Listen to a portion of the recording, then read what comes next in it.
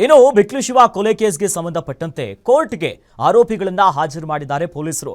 Judge ವಿಚಾರಣೆ ವೇಳೆ ಪೊಲೀಸರ ವಿರುದ್ಧವೇ ಆರೋಪವನ್ನ ಮಾಡಿದ್ದಾರೆ ಆರೋಪಿಗಳು.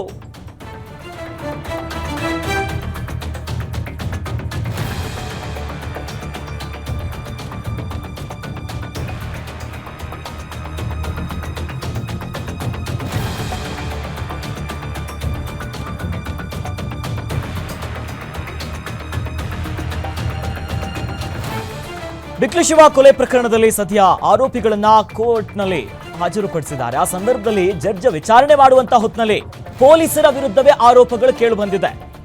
ಎಲ್ಲಿ ಅರೆಸ್ಟ್ ಮಾಡಿದ್ರು ಅನ್ನೋದಾಗಿ ಜಡ್ಜ್ ಪ್ರಶ್ನೆ ಮಾಡ್ತಾರೆ ಆರೋಪಿಗಳಿಗೆ. ಅದಕ್ಕೆ ನಾವೇ ಸರೆಂಡರ್ ಆಗಿದ್ವಿ ಅನ್ನೋದಾಗಿ ಜಡ್ಜಿಗೆ ಹೇಳ್ತಾರೆ ಈ ಆರೋಪಿಗಳು. ಪೊಲೀಸರು ಹೊಡೆದಿದ್ದಾರೆ ಅನ್ನೋದಾಗಿ ಇಬ್ಬರು ಆರೋಪಿಗಳು ಹೇಳ್ತಾರೆ ಜಡ್ಜ್ ಮುಂದೆ. ಈ ವೇಳೆ ಪೊಲೀಸರು ಹೊಡೆದಿದ್ದಾರೆ ಅನ್ನೋದಾಗಿ ಆರೋಪಿ ಕಿರಣ್ ಹೇಳ್ತಾರೆ. ಆಗ ಹೊಡೆದಿಲ್ಲ ಅನ್ನೋದಾಗಿ ಉಳಿದಂತ ಮೂವರು ಆರೋಪಿಗಳು ಹೇಳ್ತಾರೆ. ಕಿರಣ್ ಪೊಲೀಸರು ಹೊಡೆದಿದ್ದಾರೆ ಅನ್ನೋದಾಗಿ ಜಡ್ಜ್ ಮುಂದೆ ಹೇಳಿರುವಂತ ಮಾತಿದು. ಅದಾದ್ಮೇಲೆ ಇನ್ನು ಮೂವರು ಆರೋಪಿಗಳು ಹೊಡೆದಿಲ್ಲ ಪೊಲೀಸರು ಅಂತಾರೆ. ಗ್ರೌಂಡ್ ಆಫ್ ಅರೆಸ್ಟ್ ಅನ್ನ ಪೊಲೀಸರು ಕೊಟ್ಟೇ ಇಲ್ಲ ಅನ್ನೋದಾಗಿ ಆರೋಪಿಗಳ ಪರ ವಕೀಲರಿಂದ ವಾದವನ್ನ ಮಂಡನೆ ಮಾಡಲಾಗಿದೆ. ಕಿರಣ್ ಹಾಗೂ ವಿಮಲ್ರಿಂದ ಜಡ್ಜ್ ಮುಂದೆ ಹೇಳಿಕೆಯನ್ನ ದಾಖಲು ಮಾಡಿಕೊಂಡಿದ್ದಾರೆ. ಪೊಲೀಸರು ಯಾರಿಗೆ ಹೊಡೆದಿದ್ದಾರೆ ಅವರನ್ನ ಕಸ್ಟಡಿಗೆ ನೀಡಿಲ್ಲ. A2 ಮತ್ತು A3 ಇಬ್ಬರನ್ನ ಪೊಲೀಸ್ ಕಸ್ಟಡಿಗೆ ನೀಡಿಲ್ಲ. ಪೊಲೀಸರು ಹೊಡೆದಿದ್ದಾರೆ ಅನ್ನೋದಾಗಿ ಜಡ್ಜ್ ಮುಂದೆ ಈ ರೀತಿಯಾಗಿ ಹೇಳಿದ್ರು. ಅದನ್ನ ಬಿಟ್ಟು ಉಳಿದವರು ಅಂದ್ರೆ ಪ್ರಕರಣದ A6, A7, A8 ಅನ್ನ ಸದ್ಯ ಕಸ್ಟಡಿಗೆ ನೀಡುತ್ತೇವೆ ಅನ್ನೋದಾಗಿ 10 ದಿನಗಳ ಕಾಲ ಪೊಲೀಸ್ ಕಸ್ಟಡಿಗೆ ಸದ್ಯ ಆರೋಪಿಗಳನ್ನ ನೀಡಲಾಗಿದೆ. ಬಿಕ್ಲು ಶಿವು ರೌಡಿ ಶೀಟರ್ ಕೊಲೆ ಪ್ರಕರಣದಲ್ಲಿ ಸದ್ಯ ಆರೋಪಿಗಳನ್ನ ಮೆಡಿಕಲ್ ಟೆಸ್ಟ್ ನಂತರ ಜಡ್ಜ್ ಮುಂದೆ ಹಾಜರುಪಡಿಸಿದ್ರು. ಆ ಸಂದರ್ಭದಲ್ಲಿ ಜಡ್ಜ್ ಪ್ರಶ್ನೆ ಮಾಡ್ತಾರೆ, ಏನು ಎತ್ತ ಯಾವಾಗ ಸರೆಂಡರ್ ಆಗಿದ್ರಿ ಅನ್ನೋದಾಗಿ. ಆಗ ಹೇಳ್ತಾರೆ, ನಾವೇ ಹೋಗಿ ಯಾವಾಗ ಅರೆಸ್ಟ್ ಮಾಡಿದ್ರಿ ಅಂತ ಕೇಳಿದಾಗ ನಾವೇ ಹೋಗಿ ಸರೆಂಡರ್ ಆದ್ವಿ ಅಂತಾರೆ. ಆಗ ಆರೋಪಿ ಕಿರಣ್ ಮತ್ತು ಇನ್ನೋರ್ವ ಹೇಳ್ತಾನೆ, ಪೊಲೀಸರು ನಮಗೂ ಹೊಡೆದಿದ್ದಾರೆ ಅನ್ನೋದಾಗಿ ಜಡ್ಜ್ ಮುಂದೆ. ಆಗ ಅದನ್ನ ಆಲಿಸಿದಂತ ಜಡ್ಜ್ ಸದ್ಯ ಈ ಪ್ರಕರಣದ A2 ಮತ್ತು A3 ಇಬ್ಬರನ್ನ ಪೊಲೀಸ್ ಕಸ್ಟಡಿಗೆ ಕೊಟ್ಟಿಲ್ಲ. ಉಳಿದಂತ A6, A7, A8 ಈ ಮೂವರನ್ನ ಕಸ್ಟಡಿಗೆ 10 ದಿನಗಳ ಕಾಲ ಪೊಲೀಸ್ ಕಸ್ಟಡಿಗೆ ನೀಡಿದ್ದಾರೆ. ಈಗ ಆ ಮೂಲಕವಾಗಿ ಪೊಲೀಸರ ತನಿಖೆ ಮತ್ತಷ್ಟು ಬೇರೆ ಬೇರೆ ಆಯಾಮಗಳಲ್ಲಿ ಸಾಗ್ತಾ ಇದೆ. ಯಾವ ರೀತಿಯಾಗಿ ಲಿಂಕ್ ಇತ್ತು, ಏನು ಪ್ರಮುಖ ಕಾರಣ, ಏನು ಎಲ್ಲ ವಿಚಾರಗಳನ್ನ ಆಲಿಸ್ತಿದ್ದಾರೆ. ಒಟ್ಟಿನಲ್ಲಿ 10 ದಿನಗಳ ಕಾಲ ಪೊಲೀಸ್ ಕಸ್ಟಡಿಗೆ ಆರೋಪಿಗಳನ್ನ ನೀಡಲಾಗಿದೆ. ಅದರಲ್ಲೂ ಕೂಡ ಈರ್ವರನ್ನ ಕೊಟ್ಟಿಲ್ಲ. ಅವರು ಯಾರು ನಮಗೆ ಪೊಲೀಸರು ಹೊಡೆದಿದ್ದಾರೆ ಅಂತ ಹೇಳಿದಾರಲ್ಲ ಅವ್ರನ್ನ. ಇನ್ನು ಐಷಾರಾಮಿ ಕಾರ್ನಲ್ಲಿ ಕೋರ್ಟ್ಗೆ ಕರೆ ತಂದಿದ್ದಾರೆ ಪೊಲೀಸರು ಆರೋಪಿಗಳನ್ನ. ಫಾರ್ಚುನರ್ ಕಾರ್ನಲ್ಲೇ ಕೊಲೆಗಡುಕರ ಓಡಾಟ ಜೋರಾಗಿದೆ. ಫಾರ್ಚುನರ್ ಕಾರ್ನಲ್ಲಿ ಪೊಲೀಸ್ ಠಾಣೆಯತ್ತ ಹೋದಂತ ಆರೋಪಿಗಳು ಪೊಲೀಸು ಒಬ್ಬ ಭೀಕರ ಕೊಲೆಯ ಆರೋಪಿಗಳಿಗೆ ರಾಜ್ಯಾತಿಥ್ಯ ಹೆಂಗು ಕೊಟ್ರು. ಐಷಾರಾಮಿ ಕಾರ್ನಲ್ಲಿ ಕೋರ್ಟ್ಗೆ ಕರೆ ತಂದಿದ್ದಾರೆ.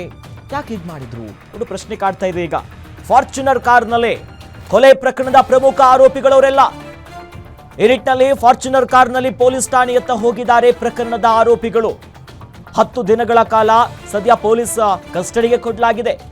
ಆ ಸಂದರ್ಭದಲ್ಲಿ ಐಷಾರಾಮಿ ಕಾರು ಫಾರ್ಚುನರ್ ಅಲ್ಲಿ ಇಷ್ಟು ಇದು. ಮತ್ತೊಂದು ಕಡೆಯಲ್ಲಿ ಪ್ರಕರಣದ A5 ಆಗಿ ಈಗಾಗಲೇ FIR ಅಲ್ಲಿ ಉಲ್ಲೇಖ ಆಗಿರೋದು ಶಾಸಕ ಭೈರತಿ ಬಸವರಾಜ್ ಅವರ ಹೆಸರು. ಮುಂದಿನ ದಿನದಲ್ಲಿ ಯಾವ ರೀತಿಯಾಗಿ ತಿರುವು ಪಡ್ಕೊಳ್ಳುತ್ತೆ, ಯಾವ ರೀತಿಯಾಗಿ ನೋಟಿಸ್ ಕೊಟ್ಟು ಅದು ಮಾಡುತ್ತೆ ಅನ್ನೋದು ನೋಡಬೇಕು. ಈ ಸದ್ಯ ದೃಶ್ಯವನ್ನ ಗಮನಿಸ್ತಾ ಇದ್ದೀವಿ ನೋಡಿ. ಅಲ್ಲಿ ಪೊಲೀಸರು ನೋಡಿ ಡೋರ್ ಹಾಕಿದ್ರಲ್ಲ ನೋಡಿ, ಫಾರ್ಚುನರ್ ಕಾರು, ಐಷಾರಾಮಿ ಕಾರು. ಪೊಲೀಸ್ ಗಾಡಿಯಲ್ಲಿ ಕರ್ಕೊಂಡು ಹೋಗಿಲ್ವಾ, ಪೊಲೀಸ್ ಜೀಪು? ಯಾಕೆ ನೋಡಿ, ರಾಜಾತಿಥ್ಯ ಕೊಡ್ಲಾಗ್ತಿದ್ಯಾ? ಫಾರ್ಚುನರ್ ಕಾರ್ನಲ್ಲಿ ಪೊಲೀಸ್ ಸ್ಟೇಷನ್ ಠಾಣೆಯತ್ತ ಕರ್ಕೊಂಡು ಹೋಗ್ತಾರಂತಂದ್ರೆ ಈಗ ಆಶ್ಚರ್ಯ ಆಗ್ತಿದೆ.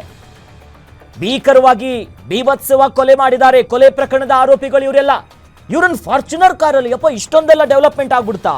ಈ ರೀತಿಯಾದಂತ ಹೊಸ ರೂಲ್ಸ್ ಏನಾದ್ರು ತಂದ್ರ? ಪೊಲೀಸರ ನಡೆ ಬಗ್ಗೆ ಹಲವು ಅನುಮಾನಗಳು ಕೂಡ ಇದೆ. ಈ ಬಗ್ಗೆ ಹೆಚ್ಚಿನ ಡೀಟೇಲ್ಸ್ ನೀಡ್ತಾರೆ ನಮ್ಮ senior crime reporter Ajay Gowda ನಮ್ಮ ಜೊತೆ ಜಾಯ್ನ್ ಆಗ್ತಿದ್ದಾರೆ. ಅಜಯ್, ಆರಂಭಿಕವಾಗಿ ಇವತ್ತು ಜಡ್ಜ್ ಮುಂದೆ ಹಾಜರುಪಡಿಸಿದಂತ ಹೊತ್ತಿನಲ್ಲಿ ಆರೋಪಿಗಳ ಯಾವ ರೀತಿ ಹೇಳಿಕೆ ಕೊಟ್ಟರು, ಪೊಲೀಸರ ಮೇಲೂ ಕೂಡ ಆರೋಪ ಮಾಡಿದ್ದಾರೆ, ಮತ್ತೆ ಯಾವ ಕ್ರಮವನ್ನು ತೆಗೆದುಕೊಳ್ಳಲಾಗಿದೆ, ಜೊತೆಯಲ್ಲಿ ಈಗ ಫಾರ್ಚುನರ್ ಕಾರಲ್ಲೆಲ್ಲ ಓಡಾಡ್ತಿದ್ದಾರಲ್ಲ, ಏನ್ ಕತೆ ಅಂತ? ಖಂಡಿತ ಅಂದ್ರೆ ರೌಡಿ ಶೀಟರ್ ಆಗಿರುವಂತಹ ಬಿಕ್ಲು ಶಿವು ಏನಿದ್ದಾನೆ ಆತನ ಒಂದು ಭೀಕರವಾದಂತ ಕೊಲೆ ಮಾಡಿದಂತ ಆರೋಪಿಗಳನ್ನ ಈಗಾಗಲೇ ಅರೆಸ್ಟ್ ಮಾಡಿರುವಂತಹ ಪೊಲೀಸರು ತನಿಖೆಯನ್ನು ಕೂಡ ಮಾಡ್ತಾ ಇದ್ರು. ಹೀಗಾಗಿ ಅಂದ್ರೆ ನಿನ್ನೆ ಬೆಳಗಿನ ಜಾವ 3 ಗಂಟೆಗೆ ಆರೋಪಿಗಳು ಅವರಾಗೆ ಬಂದು ಪೊಲೀಸ್ ಠಾಣೆಗೆ ಒಂದು ಸರೆಂಡರ್ ಆಗ್ತಾರೆ. ಆ ಮೂಲಕವಾಗಿ ಪೊಲೀಸರು ಅವರನ್ನ ವಶಕ್ಕೆ ಪಡೆದು ಅರೆಸ್ಟ್ ಅನ್ನ ಪ್ರೊಸೀಜರ್ ಅನ್ನ ಮಾಡಿ ನಂತರ ಅವ್ರನ್ನ ಎಂಕ್ವೈರಿ ಮಾಡಿದಂತ ಸಂದರ್ಭದಲ್ಲಿ ಅವರು ಈ ಒಂದು ಬಿಟ್ಲು ಶಿವ ಏನಿದ್ದಾನೆ ಅದನ್ನ ನಾವೇ ಕೊಲೆ ಮಾಡಿರೋದಾಗಿ ನೇರವಾಗಿ ಅವರೇ ತಪ್ಪೊಪ್ಪಿಗೆಯನ್ನ ಕೂಡ ಒಪ್ಕೊಂಡಿರ್ತಾರೆ. ಹೀಗಾಗಿ ಪೊಲೀಸರು 24 ಗಂಟೆಗಳ ಒಳಗಾಗಿ ಅವರನ್ನ ಕೋರ್ಟ್ಗೆ ಹಾಜರುಪಡಿಸಬೇಕಾಗುತ್ತೆ. ಅದೇ ರೀತಿಯಾಗಿ ಇವತ್ತು ಪ್ರೊಸೀಜರ್ ಇತ್ತು. ಮೆಡಿಕಲ್ ಟೆಸ್ಟ್ ಅನ್ನ ಕೂಡ ಮಾಡ್ತಾರೆ ಆರೋಪಿಗಳಿಗೆ. ನಂತರ ಅವರನ್ನ ಮಯ ಹಾಲ್ಗೆ ಕರ್ಕೊಂಡ್ಬಂದು ಕೋರ್ಟ್ ಹಾಲ್ನಲ್ಲಿ ನ್ಯಾಯಾಧೀಶರ ಮುಂದೆ ಹಾಜರುಪಡಿಸ್ತಾರೆ. ಜೊತೆಗೆ ಒಬ್ಬೊಬ್ರು ಪಾತ್ರ ಏನೇನೋ ಅನ್ನೋದನ್ನ ಕೂಡ ನ್ಯಾಯಾಧೀಶರಿಗೆ ಮನವಿಯನ್ನ ಮಾಡ್ತಾ ಇರ್ತಾರೆ. ಅದೇ ರೀತಿಯಾಗಿ ಮತ್ತಷ್ಟು ಎಂಕ್ವೈರಿನ ಮಾಡ್ಬೇಕು ಅವ್ರಿಗೆ. ಯಾಕಂದ್ರೆ ಭೀಕರವಾಗಿ ಹಲ್ಲೆ ಮಾಡಿದಂತ ಕೊಲೆ ಮಾಡಿದಂತ ಆರೋಪಿಗಳು ಜೊತೆಗೆ ಇದರಲ್ಲಿ ಕೇವಲ 5 ಜನ ಮಾತ್ರ ಅರೆಸ್ಟ್ ಆಗಿದ್ರೆ. ಆದ್ರೆ ಈ ಒಂದು ಪ್ರಕರಣದಲ್ಲಿ ಮಾಜಿ ಸಚಿವರ ಹೆಸರು ಕೂಡ ಬರ್ತಾ ಇದೆ, ಬೈರತಿ ಬಸವರಾಜ್ ಹೆಸರು ಕೂಡ ಬರ್ತಾ ಇದೆ. ಯಾಕಂದ್ರೆ ಅಲ್ಲಿ ಕೆಲವೊಂದಷ್ಟು A1 ಆರೋಪಿ ಆಗಿರುವಂತ ಜಗದೀಶ್ ಏನಿದ್ದಾನೆ ಆತ ನೇರವಾಗಿ ಬೈರತಿ ಬಸವರಾಜ್ ಜೊತೆ ಕಾಣಿಸ್ಕೊಂಡಿದ್ದ. ಒಂದು ಫಂಕ್ಷನ್ ಆಗಿರ್ಬೋದು, ಇವೆಂಟ್ ಗಳಲ್ಲಾಗಿರ್ಬೋದು ಅವ್ರ ಜೊತೆಗೆ ಕಾಣಿಸ್ಕೊಂತಾ ಇದೆ. ಅತಿಯಾಗ ಅವರ ಜೊತೆ ಆಪ್ತನಾಗಿ ಗುರುತಿಸ್ಕೊಂಡಿರುವ ವ್ಯಕ್ತಿ A1 ಜಗದೀಶ್. ಹೀಗಾಗಿ ಆತನು ಕೂಡ ಈಗ ಯಾವಾಗ ಈ ಒಂದು ಮರ್ಡರ್ ಪ್ಲಾನ್ ಅನ್ನ ಮಾಡ್ತಾರೆ ಆತ ನೇರವಾಗಿ ಬೆಂಗಳೂರಿನ ಬಿಟ್ಟು ಬೇರೆ ಕಡೆ ಹೋಗಿದ್ದಾನೆ ಅಂತ ಹೇಳಿ ಸಾಕಷ್ಟು ಇನ್ಫಾರ್ಮೇಶನ್ ಪೊಲೀಸ್ನವರಿಗೆ ಇರುವಂತದ್ದು. ಹೀಗಾಗಿ ಆತ ನಾಪತ್ತೆ ಆಗಿದ್ದಾನೆ. ಜೊತೆಗೆ ಬೈರತಿ ಬಸವರಾಜ್ ಹೆಸರು ಕೇಳಿ ಬಂದಿದೆ. ಜೊತೆಗೆ ಇಲ್ಲಿ 12 ರಿಂದ 13 ಜನ ಆರೋಪಿಗಳು ಈ ಒಂದು ಕೊಲೆಯನ್ನ ಮಾಡಿರೋದು ಸ್ಪಷ್ಟವಾಗಿ ಗೊತ್ತಾಗ್ತದೆ ಮನೆ ಮುಂದೆ. ಹೀಗಾಗಿ ಮತ್ತಷ್ಟು ಆರೋಪಿಗಳನ್ನ ಬಲೆ ಹಾಕಿ ಅವ್ರನ್ನ ಹಿಡಿಬೇಕಾಗಿದೆ. ಜೊತೆಗೆ ಆರೋಪಿಗಳಿಗೆ ಈಗ ಬಂಧನ ಆಗಿರುವಂತಹ ಆರೋಪಿಗಳ ಒಂದು ಹೇಳಿಕೆ ಹಾಗೂ ಅವ್ರು ಕೊಡುವಂತ ಸಾಕ್ಷಿಗಳು ಜೊತೆಗೆ ಅವರ ಒಂದು ವಿಟ್ನೆಸ್ ಏನಿದೆ ಅವನ್ನೆಲ್ಲಾನು ಕೂಡ ಪೊಲೀಸರು ಕಲೆ ಹಾಕುವಂತ ಕೆಲಸವನ್ನ ಮಾಡ್ಬೇಕಾಗುತ್ತೆ. ಹೀಗಾಗಿ ಮತ್ತಷ್ಟು ದಿನಗಳ ಕಾಲಾವಕಾಶ ಬೇಕು ಅವ್ರನ್ನ ಎಂಕ್ವೈರಿಗೆ ಅಂತ ಹೇಳಿ ಮನವಿನ ಮಾಡಿದ್ರು ಜಡ್ಜ್ ಮುಂದೆ. ಹೀಗಾಗಿ ಜಡ್ಜ್ ಕೂಡ ಆರೋಪಿಗಳನ್ನ 5 ಜನ ಆರೋಪಿಗಳ 10 ದಿನಗಳ ಕಾಲ ಕಸ್ಟಡಿಗೆ ಮತ್ತೆ ಕೊಟ್ಟಿರುವಂತದ್ದು. ಹೀಗಾಗಿ ತನಿಖೆನ ಮುಂದುವರಿಸ್ತಾ ಇದ್ದಾರೆ. ಪ್ರಮುಖವಾಗಿ ಇಲ್ಲಿ ಆರೋಪಿಗಳನ್ನ ಕರೆ ತರುವಂತ ಸಂದರ್ಭದಲ್ಲಿ ಪೊಲೀಸರು ಆಲ್ಮೋಸ್ಟ್ ನಾವು ನೋಡಿದ್ದೀವಿ, ಒಂದು ವೈಸಳೆ ಜೀಪ್ ಆಗಿರ್ಬೋದು, ಪೊಲೀಸ್ಗೆ ಕೊಟ್ಟಿರುವಂತ ಒಂದು ಕಾರ್ ಆಗಿರ್ಬೋದು, ಅದರಲ್ಲಿ ಅವ್ರನ್ನ ಎಂಕ್ವೈರಿ ಅವ್ರನ್ನ ಕರ್ಕೊಂಡ್ ಬರುವಂತದ್ದು, ಕರ್ಕೊಂಡು ಹೋಗುವಂತದ್ದು ಸ್ಥಳಮಾಚರಿಗೆ ಅಥವಾ ಕೋರ್ಟ್ಗೆ ಅಂತ ಮಾಡ್ತಾರೆ. ಇಲ್ಲಿ ಐಷಾರಾಮಿ ಫಾರ್ಚುನರ್ ಕಾರ್ ನಲ್ಲಿ ಆರೋಪಿಗಳನ್ನ 5 ಜನ ಆರೋಪಿಗಳನ್ನ ಫಾರ್ಚುನರ್ ಕಾರ್ ಅಲ್ಲೇ ಕರ್ಕೊಂಡ್ ಬರ್ತಾರೆ. ಅದ್ರಲ್ಲಿ ಒಬ್ಬ ಪೊಲೀಸ್ ಮಾತ್ರ ಒಳಗಡೆ ಇರ್ತಾರೆ. ಇನ್ನಿತರ ಪೊಲೀಸರು ಅವರ ಒಂದು ಜೀಪ್ ನಲ್ಲಿ ಬರ್ತಾರೆ. ಎಲ್ಲೋ ಒಂದ್ ಕಡೆ ನೋಡಿದ್ರೆ ಇಂಥ ಕೊಲೆಗಡಕರಿಗೆ ಈ ರೀತಿಯಾದಂತ ಐಷಾರಾಮಿ ಕಾರನ್ನ ಕೊಟ್ಟು ಅವ್ರ ರಾಜ್ಯತೀತ ಕೊಡುವಂತದ್ದು ಎಷ್ಟು ಮಟ್ಟಿಗೆ ಸರಿ ಅನ್ನೋದು ಕೂಡ ಇಲ್ಲಿ ಕೆಲವೊಂದಷ್ಟು ಆಕ್ರೋಶಕ್ಕೆ ಕಾರಣವಾಗ್ತಾ ಇದೆ. ಅಖಿಲೇಶ್, ಧನ್ಯವಾದಗಳು ಅಜಯ್ ತಮ್ಮೆಲ್ಲ ಮಾಹಿತಿಗೆ.